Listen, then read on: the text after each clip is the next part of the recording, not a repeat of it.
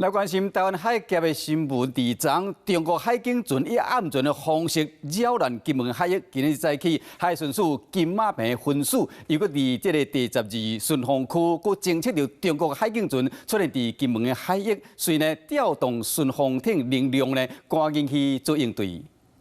呼叫中国海警14521，这是中华民国海巡署 PP-355两艇，你已进入中华民国境限制水域。 严重破坏区域和平稳定，影响海上航行安全及交通秩序，请立即转向驶离。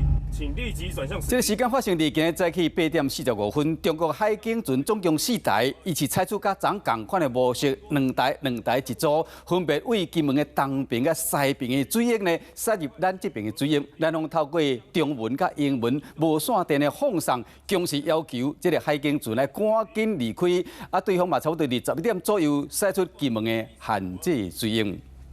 Hello， 我是林明瑞。想要抢先掌握最及时的新闻资讯吗？赶快订阅、按赞、开启小铃铛，锁定我们华视新闻的 YouTube 频道。